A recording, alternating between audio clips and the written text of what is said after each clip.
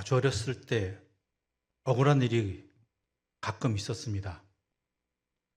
다른 게 억울한 게 아니라 되게 여동생이 한 명 있는데 그 여동생과 어릴 때 좀 다툰 일이 많았죠. 근데 다투고 나면 꼭 어머님이 하시는 말씀이 있습니다.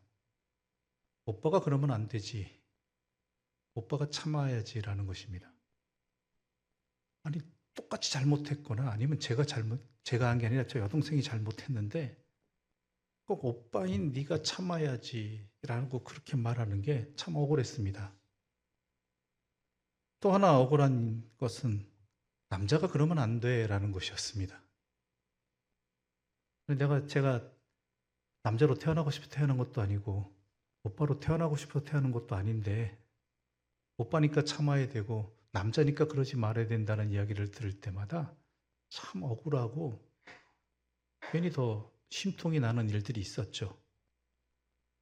그런데 좀 철이 들고 보니까 제가 오빠로서 더 대우받은 게 많더라고요.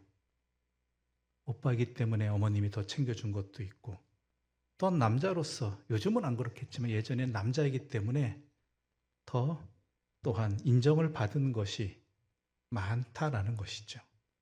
즉 어머니께서 말씀하신 오빠니까 남자니까라는 것은 네가 오빠로서 남자로서 받은 것이 더 많으니까 그 받은 것 많은 그것답게 그 사랑답게 그것을 그 맞게 행동하라는 그런 의미로서 어머님은 말씀하신 것이고 또한 주변의 어르신도 그렇게 말씀하신 것 같습니다. 과연 내가 받은 것을 제대로 나누면서 살아가고 있는가? 전하면서 살고 있는가? 그에 합당하게 살고 있는가는 우리가 평생 항상 내 자신에게 물어야 될 질문인 것입니다. 오늘 사도 바울은 고린도 교회 교인들에게 안타까움에서 나오는 권면을 합니다.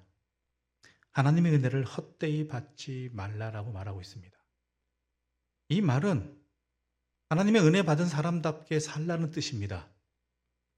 이미 우리는 하나님의 은혜를 받은 사람이라는 것이 전제이고 그러므로 그 은혜를 받은 자답게 살아야 된다는 것이죠.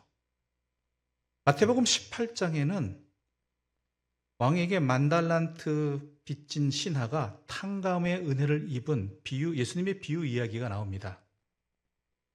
그런데 이 비유를 읽으신 분은 아시겠지만 이 신하는 이 엄청난 탕감의 은혜를 입었지만 곧 박탈당하고 말지요. 이유가 뭡니까? 탕감의 은혜를 입고 밖으로 나갔을 때 자기에게 100데나리온 빚진 사람에게 한 행동 때문이었습니다. 하필 그 사람은 그때 지나가는 것인지. 말 그대로 왕의 은혜를 헛되이 받은 것이죠. 그런데 여러분, 왕의 은혜가 무엇일까요? 물론 도저히 상상할 수 없는 엄청난 그 10,000달란트라는 빚을 탕감받은 것이지만 그것은 나타난 형태일 뿐입니다.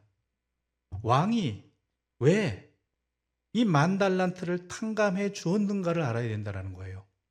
이건 단순한 돈의 문제가 아닙니다. 돈의 문제로만 본다면 왕이 신하를 탕감해 준 참된 이유와 100데나리온 빚진 자를 용서하지 않은 신하에 대해서 왕이 그토록 격노하고 모든 것을 취소할 뿐만 아니라 아예 가둬버리는 그 이유를 제대로 알 수 없다라는 것이죠.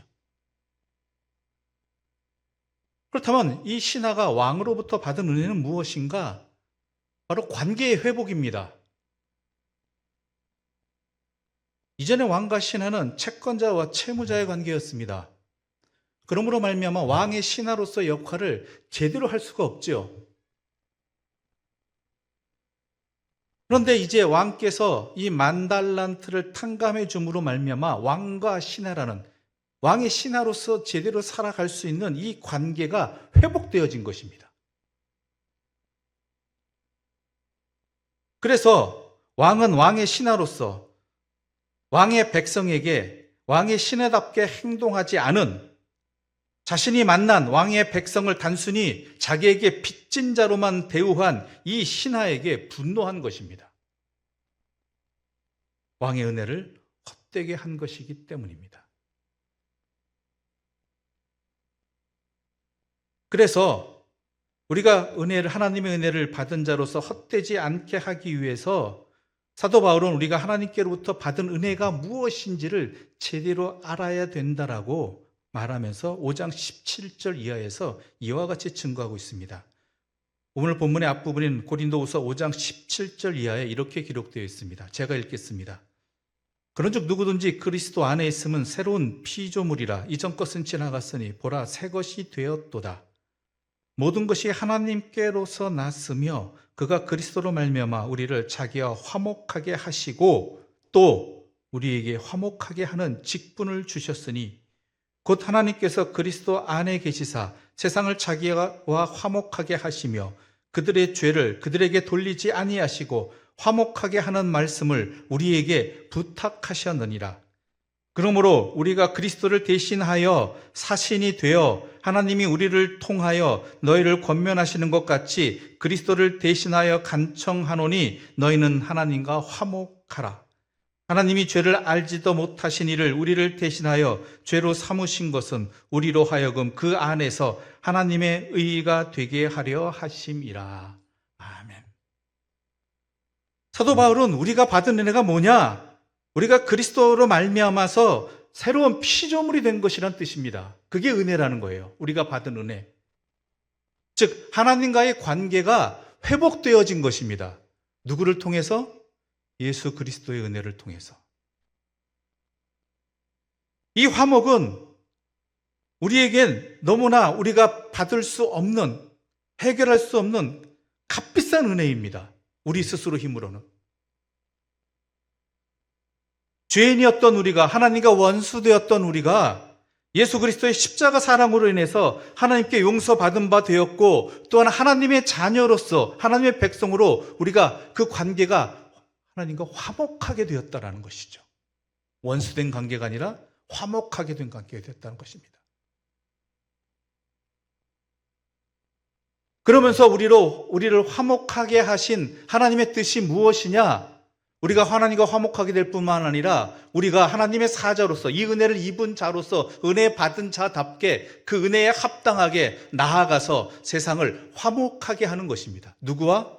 하나님과. 그래 결국에는 사람과 사람 사이에서도 하나님과의 관계 속에서 서로가 서로를 화목하게 하는 그 직분이 우리에게 주어졌다라는 것입니다.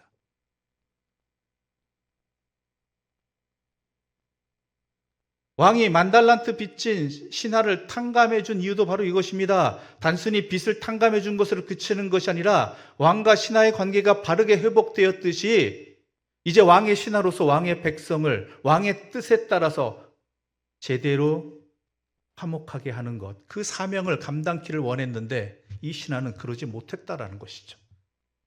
바로 나가자마자.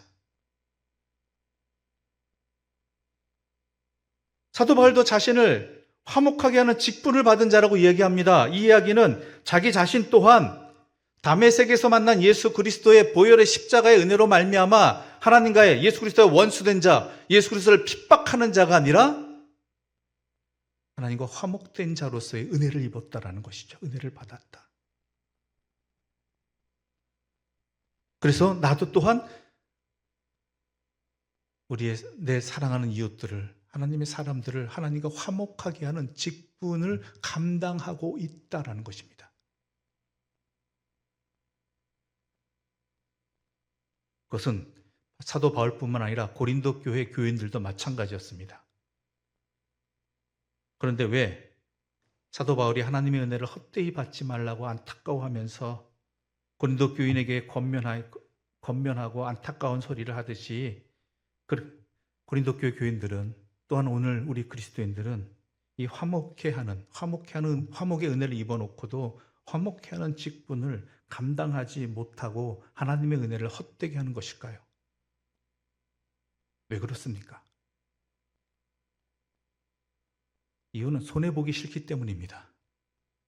우린 조금도 손해보기 싫어합니다. 그런데 손해보기 싫어서 하는 그 행동이 결국은 진짜 손해를 보는 행동이었다라는 것이죠. 앞서 이야기한 만달란트 탕감의 은혜를 입은 신하에게로 우리 돌아가 봅시다. 엄밀히 말해서 이 신하와 이 100데나리온 빚진 사람이 이 사람들만 관계만 본다고 한다면, 이 두 사람 간의 관계만 본다면 당연히 빚진 자를 만나면 그것도 100데나리온이에요. 100일치 임금이에요. 여러분이 100일 동안 벌어둔 돈 한 푼도 안 쓰고 모은 액수예요. 그것을 빚진 사람을 만난다면 빚 갚으라고 얘기하는 게 당연하지 않겠습니까? 여러분은 안 그러시겠어요? 이건 지극히 정상적인 반응입니다. 한두 푼도 아니잖아요. 사람과 사람 사이에서는요, 이건 정상적인 반응입니다. 당연한 거예요. 그런데 이 신하는 그냥 일반적인 신하가 아니잖아요. 10,000달란트의 은혜를 입은 사람입니다. 그렇다면 이 10,000달란트의 은혜를 받은 자답게 행동해야 된다는 것입니다. 내가 받은 은혜를 지켜야 된다는 것입니다. 그 은혜를 주신 분의 뜻을 따라야 된다는 것입니다.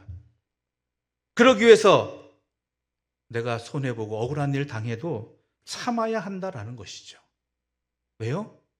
내가 받은 은혜가 더 크기 때문에, 비교할 수 없이.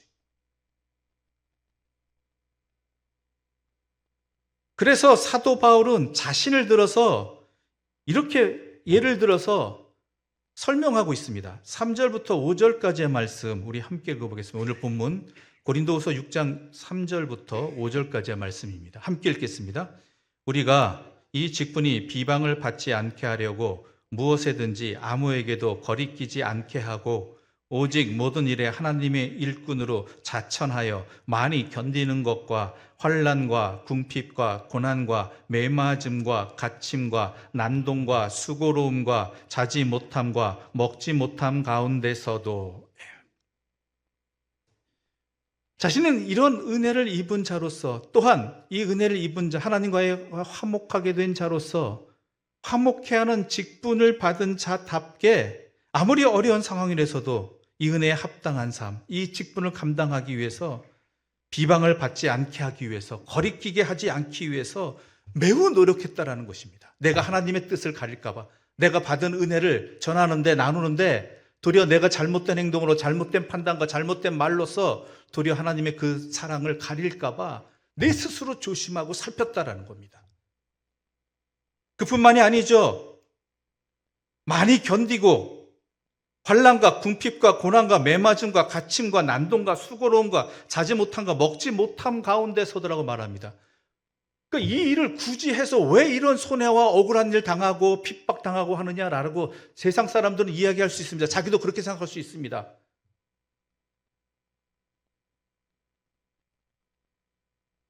이전엔 당해보지 못한 일들이잖아요. 겪어보지 못한 일들이잖아요. 근데 그 일들을 감당해 나가야 됩니다. 묵묵히 감당해 나가고 있습니다. 여기서 견디다라는 말의 의미는요, 더 본질적인 헬라어 의미는요, 도망하지 않고 계속 머물러 있는다는 뜻입니다. 환난이 다가온다고 내가 하던 일을 팽개치고, 고난이 다가온다고 억울한 일 당한다고 해서 그 자리를 피하고, 그러지 않았다라는 거예요. 왜냐하면 내가 이 엄청난 은혜를 입은 자이기 때문에, 하나님과 화목해 된 자이기 때문에 이 은혜의 직분을 감당하는 것은 이 손해를 보고 억울한 일을 당하고 하는 상황에서도 굴하지 아니하고 은혜에 합당한 자로서 화목해 하는 일을 감당하는 것, 바로 그것에 있기 때문이라고, 그것이 내가 할 일이라는 것을, 그것이 내가 받은 은혜를 놓치지 않고 제대로 살아가는 길이라는 것을 분명히 알았기 때문입니다. 여러분은 그러하십니까? 이미 우리는 이 하나님의 엄청난 은혜를 입은 사람들입니다. 예수 그리스도의 보혈의 피로 하나님과 화목해 된 자들입니다. 하나님의 자녀입니다. 그럼 하나님의 자녀로서 이 세상을 살아갈 때, 이웃들과 함께 살아갈 때 과연 내가 하나님의 그 사랑을 드러내기 위해서, 은혜를 나누기 위해서 기꺼이 손해를 감당하고 억울한 일 당해도 그 자리를 놓치지 않고 지키고 주님 바라보면서 은혜 받은 자답게 은혜를 지키기 위해서 우리가 살아가고 있느냐라는 것입니다. 우리만 조금만 손해봐도, 조금만 무시당해도, 조금만 내 뜻대로 되지 않아도 우리는 그 자리를 떠납니다. 하던 일을 내팽개쳐 버립니다.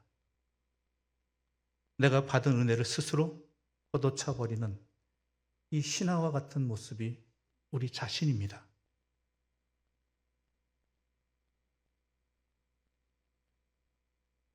내가 그리스도인이라는 증거라는 것은, 내가 하나님의 이 화목케 하는 은혜를 입은 자라는 증거는요, 그 역경을 묵묵히 이겨내는 데 있다라는 것입니다.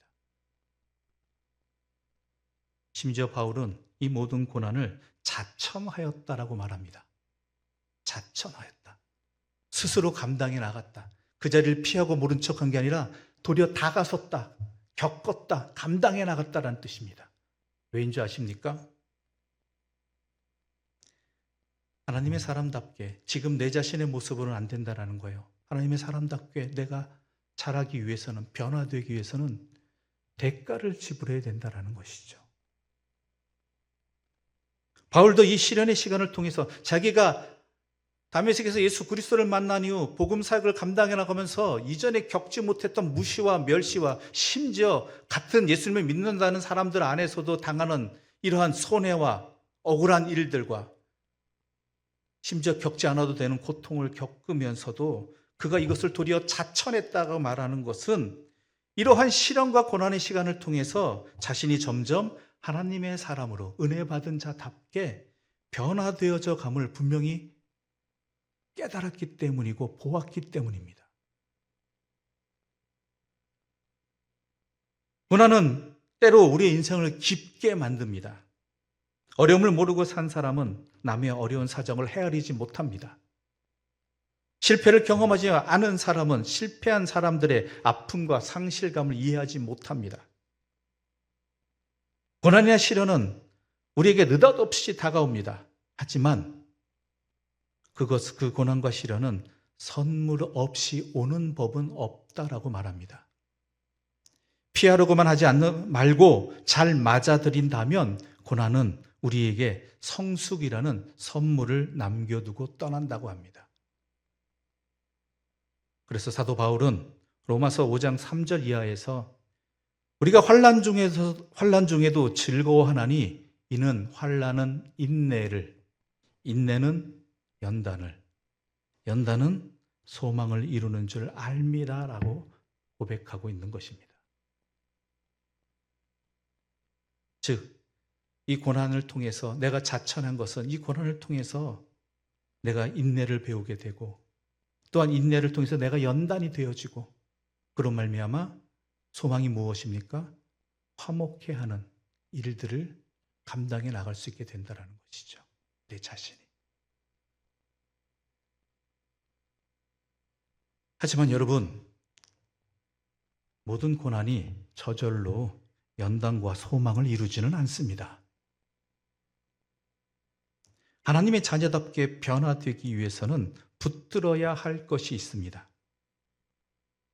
오늘 본문 6절부터 8절까지의 말씀을 제가 읽겠습니다. 잘 들으시기 바랍니다. 깨끗함과 지식과 오래 참음과 자비함과 성령의 감화와 거짓이 없는 사랑과 진리의 말씀과 하나님의 능력으로 의의 무기를 좌우에 가지고 영광과 욕됨으로 그러했으며 악한 이름과 아름다운 이름으로 그러했느니라.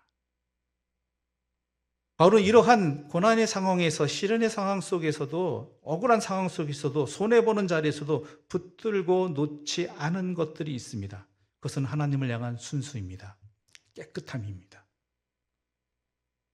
또한 하나님께서 주시는 지식입니다. 그리고 오래 참음의 능력입니다. 그리고 그냥 오래 참는 것이 아니라 자비함으로 반응하는 것입니다. 그런데 이 네 가지는요, 성령의 열매입니다. 성령의 열매. 즉 성령의 능력으로 감당해 나갔다라는 거예요. 내 힘으로는 안 된다라는 거예요. 잠깐은 할 수 있고 참아낼 수 있겠지만 그것을 내 힘으로는 지켜낼 수 없다라는 것이죠. 그래서 성령님께서 나에게 능력을 주셔서 성령님으로 말미암아 내가 감당할 수 있게 되었다. 게다가 이 시련 가운데 그는 거짓 없는 사랑을 했다고 합니다. 사랑이 변하지 않았다는 것입니다. 사랑 그 자체의 목적을 두었다는 것입니다. 내가 사랑을 베풀었는데, 내가 헌신했는데, 내가 수고했는데, 그러한 것에 내가 원하는 응답까지는 아니더라도 나를 불편하지 않게 하고 나를 어렵지 않게 하는 그런 응답이 오지 않는다 할지라도 나는 그 사랑을 거두지 아니하고 포기하지 아니하고 왜곡시키지 않았다라는 것입니다. 속셈 없는 사랑, 순수한 사랑이지요.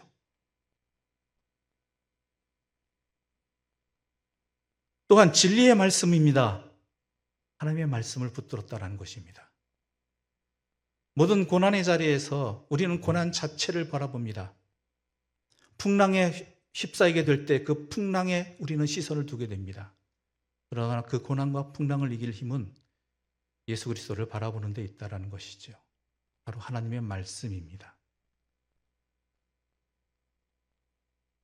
이런 하나님의 능력으로 영광의 자리에서건 욕됨의 자리에서건 흔들리지 아니하고 하나님의 은혜 받은 자로서 화목의 은혜를 받은 자로서 화목케 하는 그 사명을 그 일들을 감당해 나갔다라는 것이고 그게 바로 그리스도인이어야 한다라는 뜻입니다.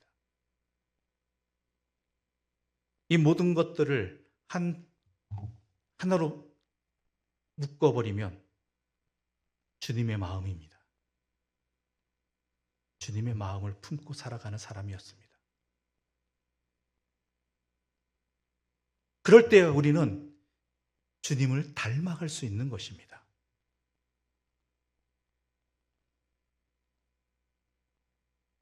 그런데 이런 수고가 항상 좋은 반응만을 얻는 것은 아닙니다. 여러분 경험해 보셔서 아시잖아요. 그토록 참아내고 수고하고 감당해 나갔는데 항상 좋은 결과만 있는 게 아니에요. 대부분이 안 좋습니다.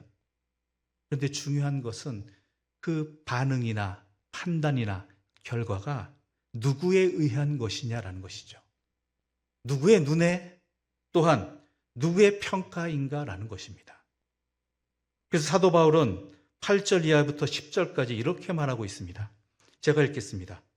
8절 하반절부터입니다. 우리는 속이는 자 같으나 참되고 무명한 자 같으나 유명한 자요 죽은 자 같으나 보라 우리가 살아있고 징계를 받는 자 같으나 죽임을 당하지 아니하고 근심하는 자 같으나 항상 기뻐하고 가난한 자 같으나 많은 사람을 부요하게 하고 아무것도 없는 자 같으나 모든 것을 가진 자로다. 아멘. 세상이 보기에는 사람들이 보기에는 비웃음거리고 때로는 하나님께 벌을 받는다고도 오해되어질 수도 있고 모든 것을 빼앗기는 것 같은다 할지라도 우리 하나님께서는 그렇게 보시지 않는다라는 것입니다. 즉 우리가 무엇에 마음이 빼앗기느냐라는 것입니다. 세상의 마음이 빼앗기지 아니해야 우리가 은혜 받은 자로서 하나님과 화목해 된 자로서 그 은혜를 그 화목해 하는 직분을 끝까지 감당해 나가고 하나님의 은혜 가운데 살아갈 수 있게 된다는 것입니다. 여러분을 흔드는 것은 무엇입니까? 하나님의 뜻이 여러분을 흔듭니까? 아니지 않습니까? 여러분들의 그 수고와 그 노력들이 그 헌신들이 그 은혜 나눔이 하나님의 자녀답게 살아감이 흔들리는 것은 세상의 판단이고 또한 내 자신의 속에 있는 어리석음의 판단 아닙니까? 다 빼앗긴 것 같고 또한 버림받은 자 같지만 하나님께서는 그렇게 생각하지 않으시고 그렇게 여기시지 않고 도리어 모든 것을 가진 자로 보신다라는 것입니다. 그게 성도입니다. 그게 하나님과 화목하게 된 자의 모습, 참된 모습입니다. 그래서 사도 바울은 예수 한 분만으로 나는 만족한다라는 것입니다. 이전에 좋게 여겼던 것들을 다 배설물로 여긴다라고 그는 말하고 있는 것입니다. 그 이야기는 예수 한 분을 잃어버린다면, 하나님과의 관계 속에 있는 나를 잃어버린다면, 그 하나님을 잊어버린다면, 잃는다면 모든 것을 잃는 자가 된다라는 뜻이죠.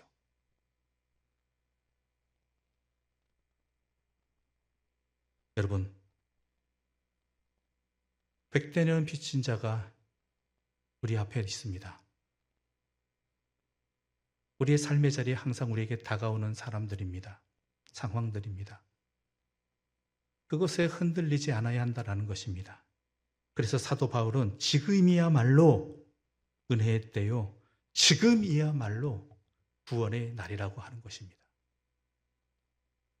뒤로 미루지 말라는 것입니다. 지금 내가 받은 이 자리에서 내가 이미 은혜를 받은 자라는 것을 분명히 알고 그 은혜가 얼마나 큰지를 깨닫고 그 은혜 받은 자로서 살아가는 것이 얼마나 복된 일인지 분명히 하여서 지금 이 자리에서 그 은혜에 합당한 삶을 살아가고 은혜를 나누는 자로 살아가고 구원의 역사를 이루는 자로 살아가라는 것입니다.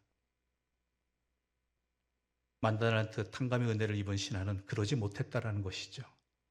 나가서 만난 100데나리온 빚진 자에게 만달란트 탕감의 은혜를 받은 자답게 행동하지 않았기 때문에, 살아가지 못했기 때문에 그 받은 은혜를, 그 관계를 모두 빼앗겨 버리고 왕과 죄인과의 관계가 되어버린 것입니다.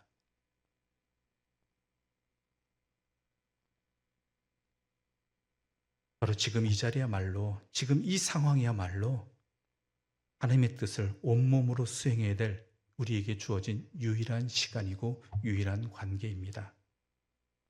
그 과정 속에서 영광도 있을 것이고 욕됨도 있을 것입니다. 그러한 근심이 있다 할지라도 끝끝내 기쁨을 주시고 또한 많은 사람을 부유케 하시는 하나님의 일하심을 기대하면서 주님의 사랑에 빚진 자로서 합당한 반응을 드러내는 이 말씀을 들은 저와 우리 모두가 되기를, 우리 갈릴리 교회가 되기를 간절히 소망합니다. 기도드리겠습니다.